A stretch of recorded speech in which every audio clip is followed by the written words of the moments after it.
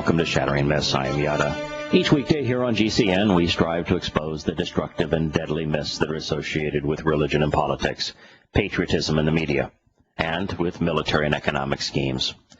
Our goal is to go beyond merely presenting the news to looking behind the headlines and to determine how these events are going to shape our world. Then, in the second hour, we will engage God on His terms through evidence and reason, since His is the lone reliable voice in what has become an exceedingly disingenuous world. Our phone number for those who would like to participate in this discussion at any time over the next 2 hours is 877-300-7645.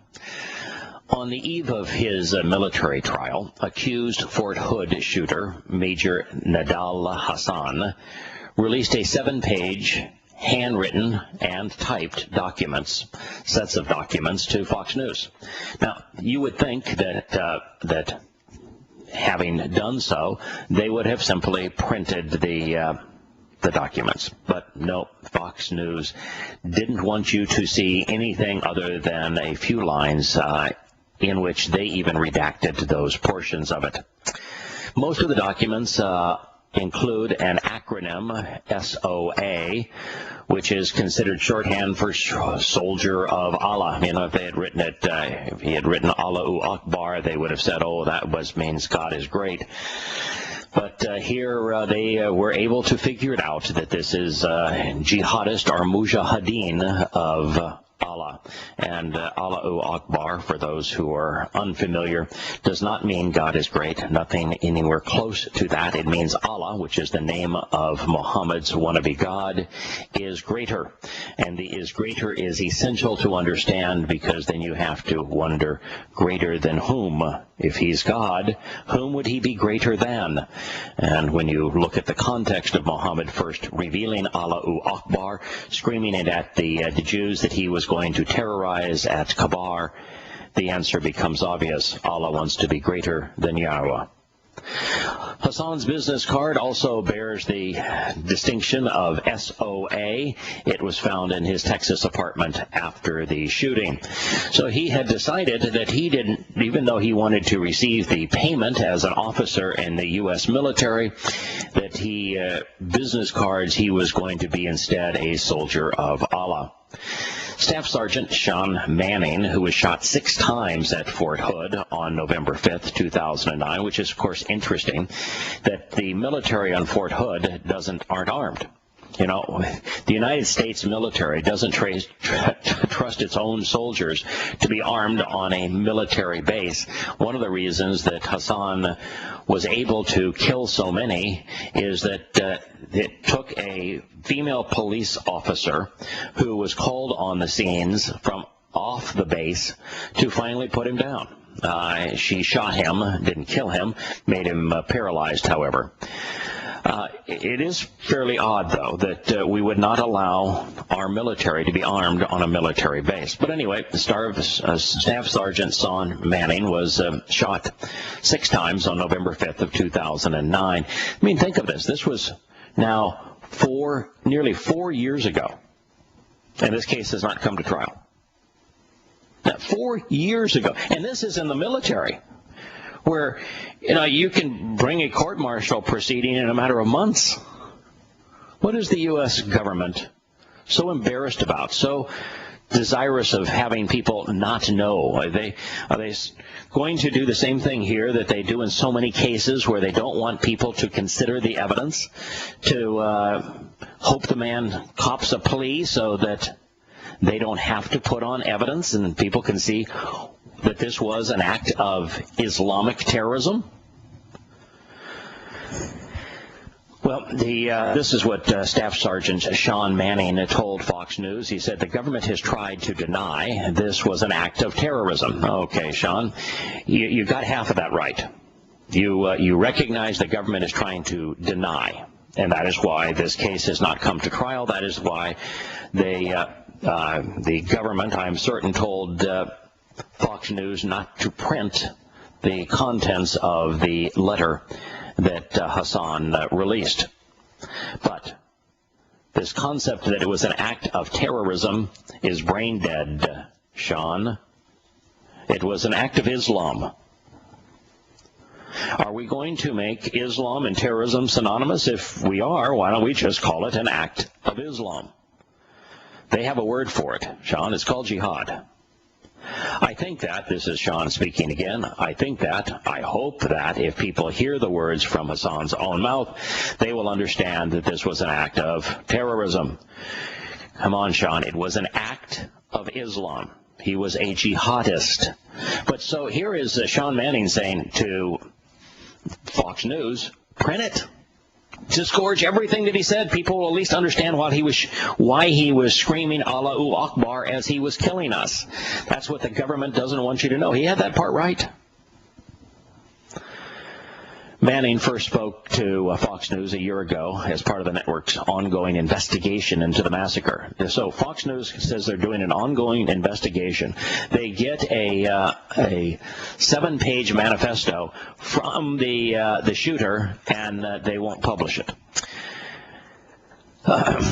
Great. So as we continue in this article, we find that Manning said that he supported the publishing of the documents from Hassan so the American people can decide. Fort Hood was an act of terrorism, or was it an act of workplace violence? See, the United States government is trying to spin it as an act of workplace violence. Therefore, they can say, oh, we are doing a wonderful job of defending you. And therefore, they don't have to admit that the problem is Islam. Manning, who will testify at the trial and is part of a separate legal action, says that the victims and their families are being denied certain benefits and pay because Fort Hood is not considered terrorism.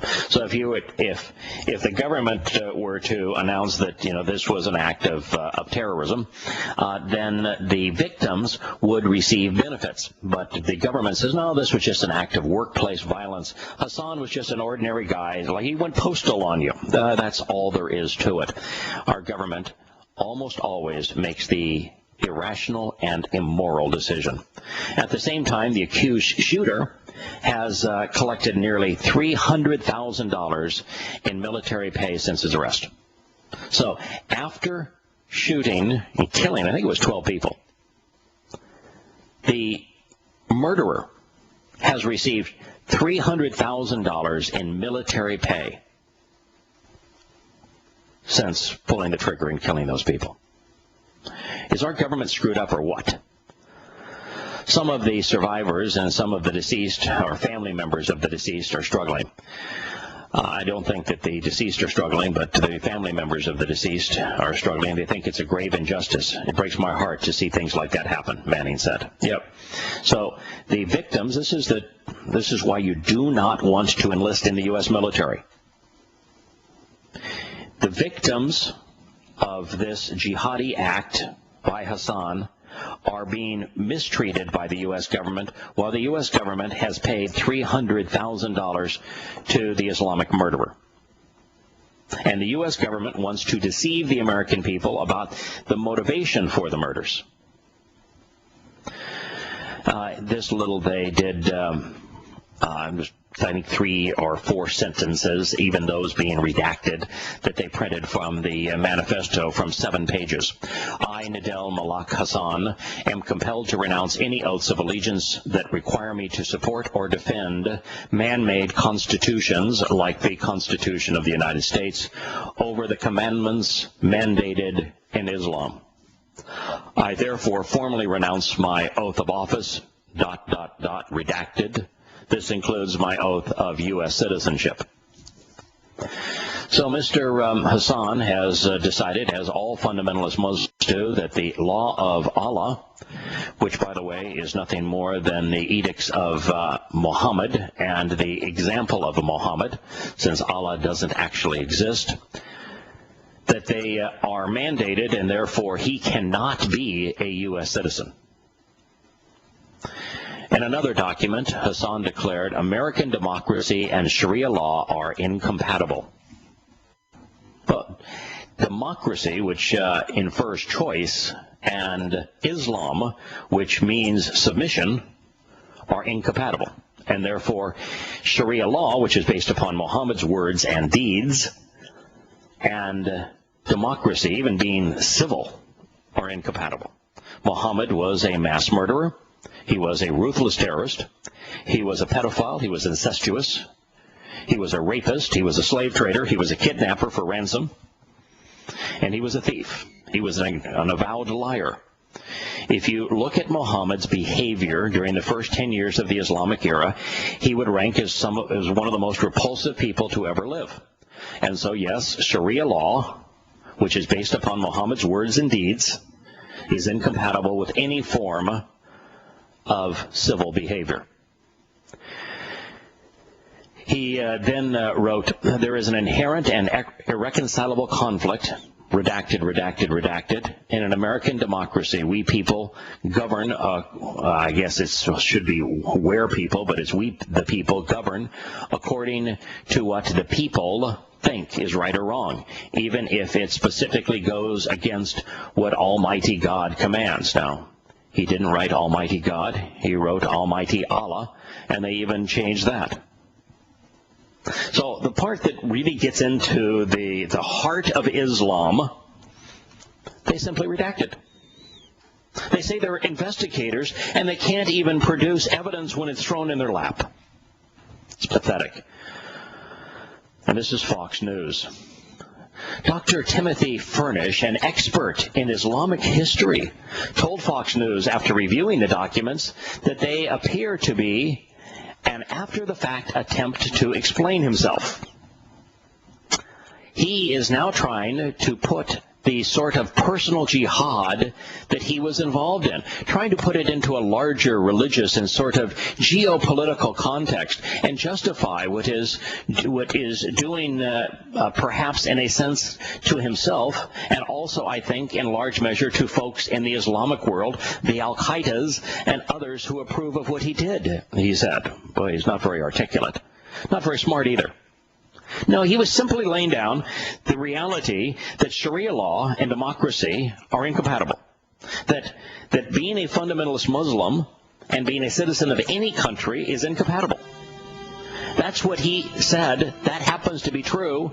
How could you, as a professor of Islamic history, not understand that he's simply telling you the truth?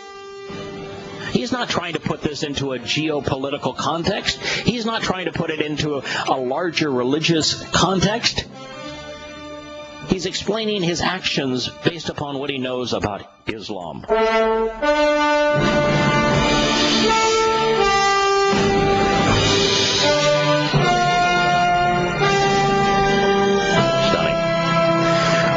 To Shattering Myths, I'd like to expose another moron. This is Thomas Joscelyn. He's a senior fellow with the Foundation for the Defense of Democracies. I suppose that Thomas Joscelyn doesn't even know there is no democracy in the world today, but nonetheless he wishes to defend them. This is what the idiot said. He's speaking now of Hassan's letter. He's clearly saying that he's a homegrown extremist. No, he's clearly saying he's a fundamentalist Muslim. He's not an extreme anything. He's a fundamentalist, which is the antithesis of extreme. Fundamental means right at the core. Extreme means out there on the fringe. He's explaining to you what it means to be a fundamentalist Muslim, and this idiot, Thomas Joscelyn, says he's telling you that he's an extremist, and then he says homegrown. It's not homegrown. Bred through Islam. He is a victim of Islam. He didn't corrupt the religion corrupted him. He says that he's someone who identifies with al-Qaeda's ideology. He didn't say that he identified with al-Qaeda's ideology. He claims that he identifies with Allah teaching and Muhammad's example. That's what he said he identified with. He identifies with the Quran and the Hadith. When we have quote-unquote experts being cited by moronic news sources like Fox News that are presenting this kind of rubbish, that when people even have just little tidbits of evidence to deny what the evidence says, is it any wonder that we don't get it as a nation? Is it any wonder that this religion will end up destroying this country? Well, this particular idiot, Thomas Jocelyn, said, quote, he's somebody who definitely reached out to an al-Qaeda cleric. There are no al-Qaeda clerics. They're Islamic clerics.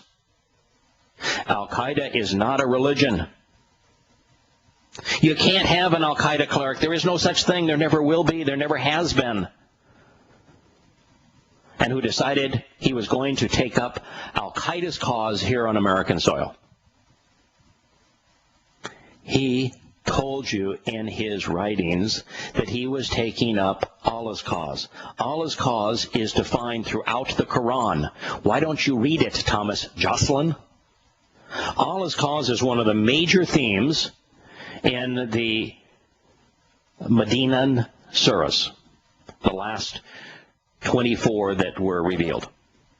In those surahs, it is a call to Allah's cause, which is jihad. And jihad is holy fighting, killing all non-Muslims and all peaceful Muslims in Allah's cause. Allah's cause is killing all those who do not submit to him. That's what he wrote. That's what he did. It is stunning that we are in this kind of a situation. Here's another report also from the Islamic world, Dateline Washington. As violence and political turmoil tear through a war-wrecked Iraq. I wonder how Iraq became war-wrecked. Let's see. How did Iraq become war-wrecked? Oh, yeah, the United States invaded. I remember that.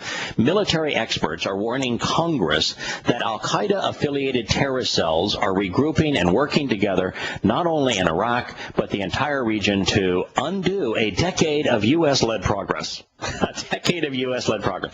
We invaded Iraq when there wasn't any al-Qaeda influence in Iraq. Saddam Hussein and Osama bin Laden were arch enemies.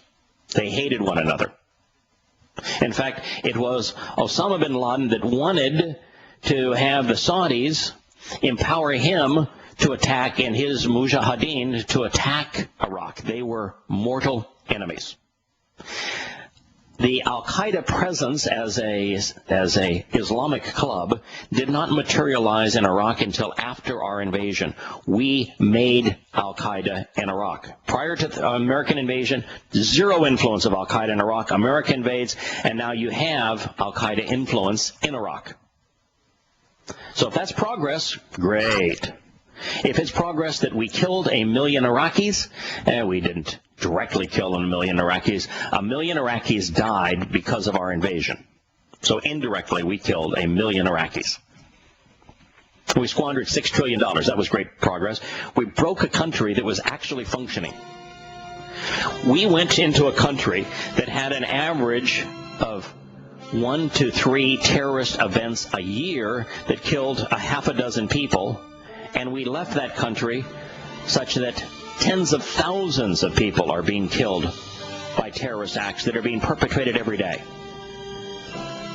Yeah, great progress. We'll return to this story and the American spin on the mess that we created in a moment. Welcome back to Shattering Myths. It is astonishing that you could have this Dateline Washington from a major news publication, I believe this one is the New York Times, talk about how that the United States made a major contribution to the entire region, but in Iraq in particular, and that now al-Qaeda-affiliated terrorist cells are regrouping, and it's going to undo a decade of U.S.-led progress. Think of all the errors in that. The regrouping says that we went in there to fight al-Qaeda, when that is a bold-faced lie. There was absolutely no al-Qaeda influence in Iraq when we invaded. And the regrouping also says that al-Qaeda is responsible for the majority of the suicide bombings that are taking place in Iraq that are killing people at an unprecedented rate. That's also untrue. It's strictly sectarian violence. You've got Sunni Muslims who don't like what was imposed on them when the U.S. government said one person, one vote, threw out Saddam Hussein and put in a government that was loyal to Tehran. And so the Shia Muslims are using American weapons to repress and to kill Sunni Muslims, and the Sunni Muslims are responding and killing Shia Muslims via suicide attacks. Asymmetrical, to be sure, but that's because of the U.S. weaponry. Talk about progress. We broke the country. We didn't fix the country. And then when we left the country, we gave the country to Iran. It was Iran's enemy, and now it is Iran's real estate. Some progress, huh? This is a quote from a Lieutenant Colonel Anthony Schaffer. He says, "We left Iraq on the edge of being stable." We intervened in Iraq. It was stable. We broke it. There was absolutely no semblance of stable when we left. As a matter of fact, the means that we used to leave is the very reason that we're having this civil war now be so deadly. We decided in our military that we would provide arms to the Sunni Muslims so that they could counteract the terrorism that was being imposed upon them by the Shia Muslims that we had given so much advanced weaponry to. And so we called it the awakening programs, and we armed the Sunni Muslims via their tribal leaders and warlords. And that is the very powder keg that we left in Iraq. At the time, I said, this awakening program is absolutely suicidal. This is what it's going to lead to. It was obvious it would lead to this. And these idiots think, oh boy, we were on the cusp of having it stable as we were arming both sides to go kill one another. This fellow, Colonel Anthony Schaffer, is a former military intelligence officer. Now, that tells you the level of intelligence that we have in the U.S. military. Why in the world do we allow the most powerful weapons in the universe to be wielded by an organization that can't think? Well, saying it's clear that the job was not done, yeah, we made a mess in Iraq. The job was not done. He wants to infer that, oh boy, if we just stayed there a little longer, if we just let to play war a little longer, oh, everything would have been just fine. We would have finished the job. I'm here to tell you that we could have remained in Iraq for 100 years with 100 million troops. And that job could never have been done. So long as Islam was the predominant force in Iraq, just like it is in Afghanistan, there is no way to do the job. He warned that al-Qaeda as an entity is coming back strong within the region and is doing things to destabilize governments, which at this point in time are still friendly to us. Now, what's interesting here is that in Pakistan today, the Secretary of State says, we're going to end the drone killings very, very soon. He says, because, we've really wiped out the Taliban. We've already wiped out al-Qaeda. We've just wiped them out. There's no one left to kill. And now he's saying that they're coming back very strong. They really ought to get their cards together so that their notes together so they're speaking out of the same hymnal. The fact is that al-Qaeda didn't exist in Iraq. They only materialized in Iraq as an opportunity to go kill Americans, which they did a very good job. Between Iraq and Afghanistan, we lost about 10,000. In other words, we sacrificed 3 times more lives in our response to 9/11 than Muslims killed in 9/11. That was brilliant. And this notion that it is al-Qaeda that is driving this, as opposed to the exact same fights that we're seeing before our eyes in Syria, Sunni, Shia, is the epitome of stupid.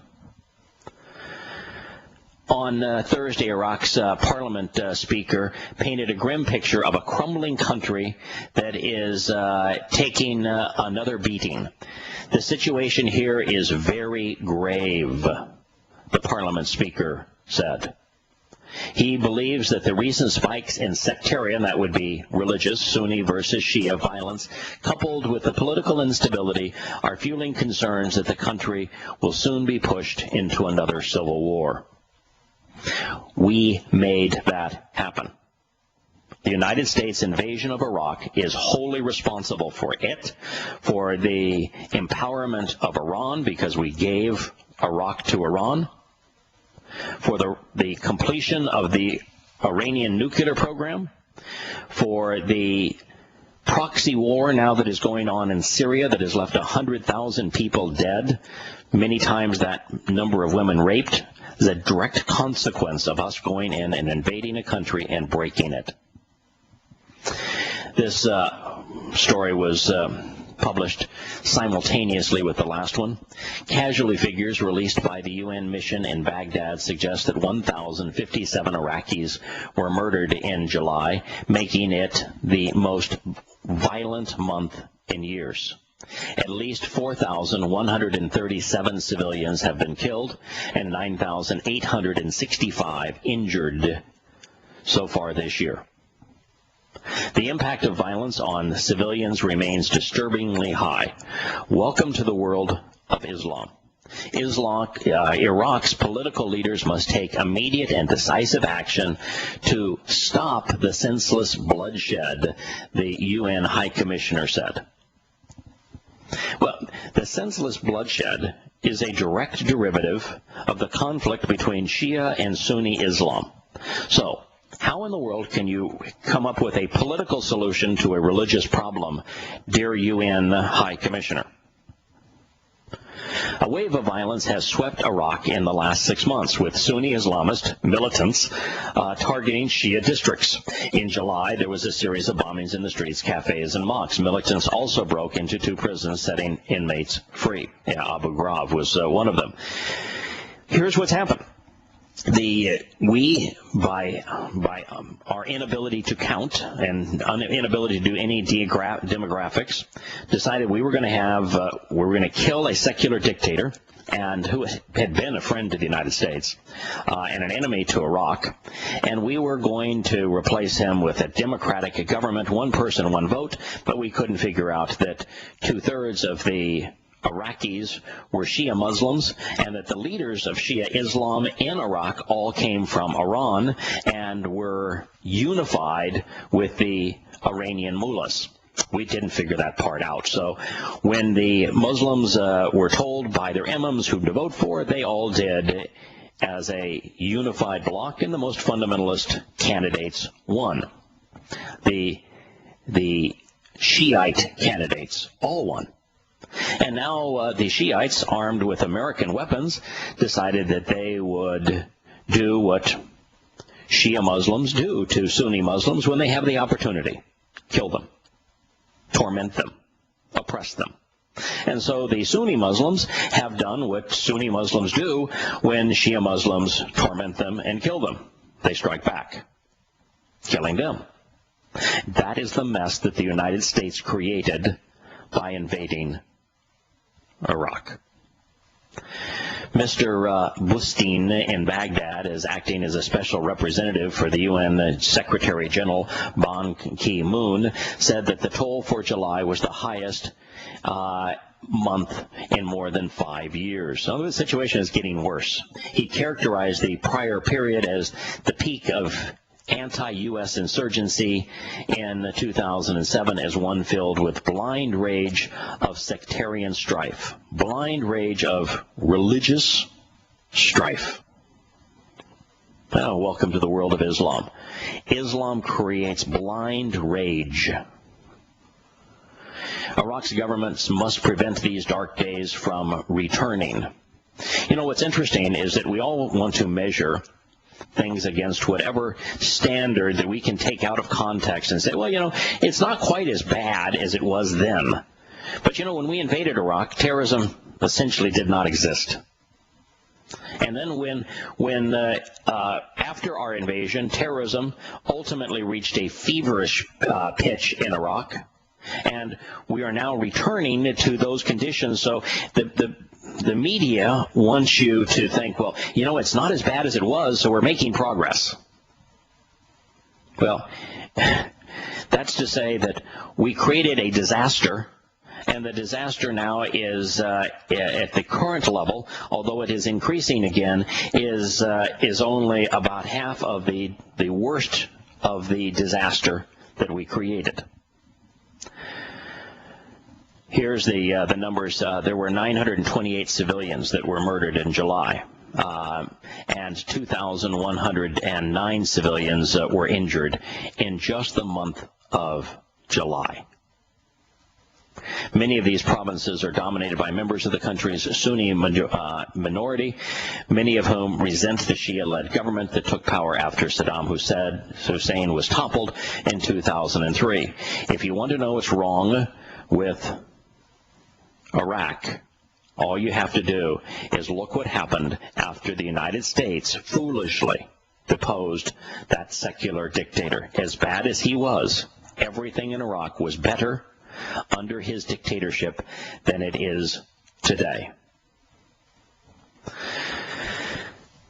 This is an interesting, albeit somewhat related story. Mexican cartels are recruiting hitmen from the U.S. military, offering big money to highly trained soldiers to carry out contract killings and potentially share their skills with the cartels south of the border, according to law enforcement experts.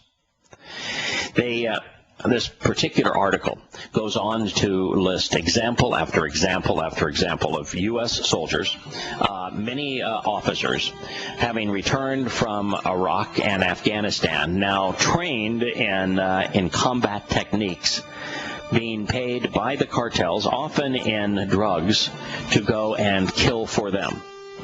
You know, there is a mentality that goes along with those who want to go play war that doesn't come out of the warrior when they return home, and they don't really care who they're fighting for.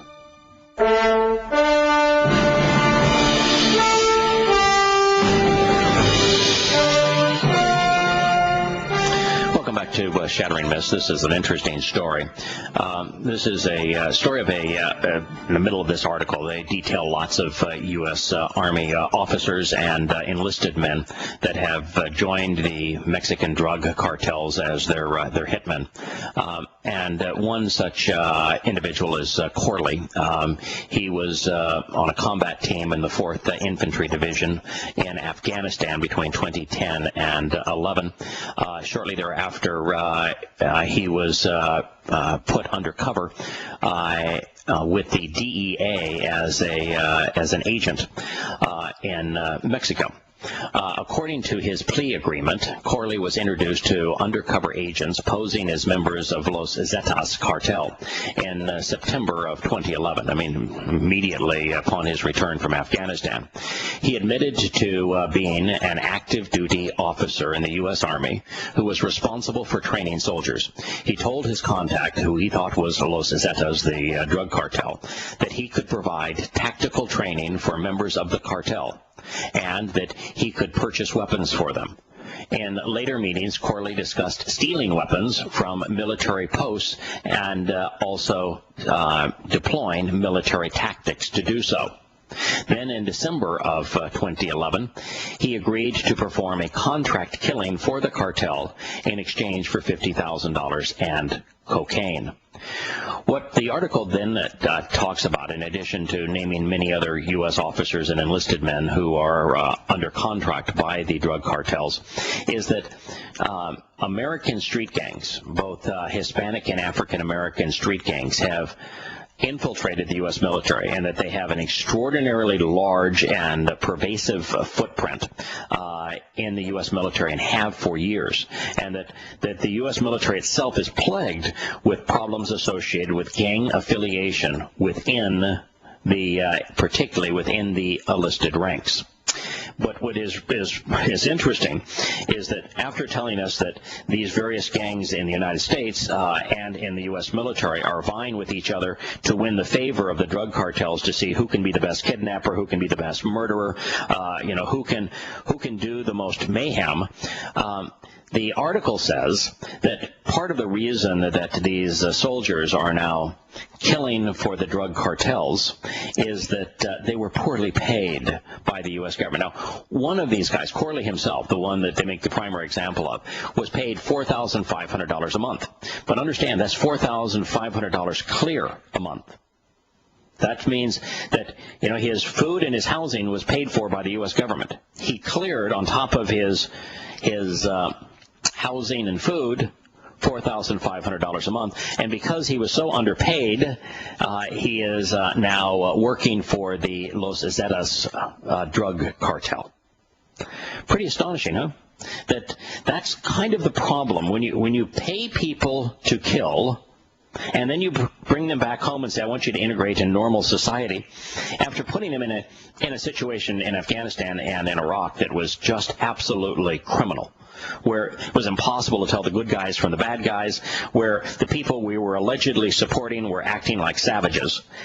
Under those circumstances, you try to bring somebody back and have them integrate within the society, and it's no wonder that so many are committing suicide. It's no wonder that so many are having a difficult time trying to make moral decisions after their morality has been usurped from them. There's a story that we'll go into more tomorrow, but I do want to share a bit of it with you today. The story begins, the Saudi princess and her family had crossed the globe in May with an entourage of servants and settled into a labyrinth upscale communities that dot Orange County. Then one of the servants darted out of the complex and flagged down a bus. The Kenyan woman clutched a pamphlet that she had been given by the American embassy in Saudi Arabia. It warned those who would start working for the Saudi Arabian royal family that there was dangers in human trafficking. Within hours, the woman was telling the police the story of a modern-day slave, and the detectives descended upon Central Park West and arrested the princess. Well, the fact of the matter is that the people in Orange County said that they were shocked that someone's personal liberties could be violated this way, that someone could be enslaved in this modern world. And yet, the evidence for this is everywhere. It dominates the news out of Saudi Arabia. There are countries like Kenya, is for an example, and many others in northern Africa have signed agreements to say that you as a worker, as a citizen of this country, can't go to those countries, and forbids the Saudi Arabians from employing them because they don't employ them. They enslave them and they torture them. We'll return to Shattering Myths after the commercial break.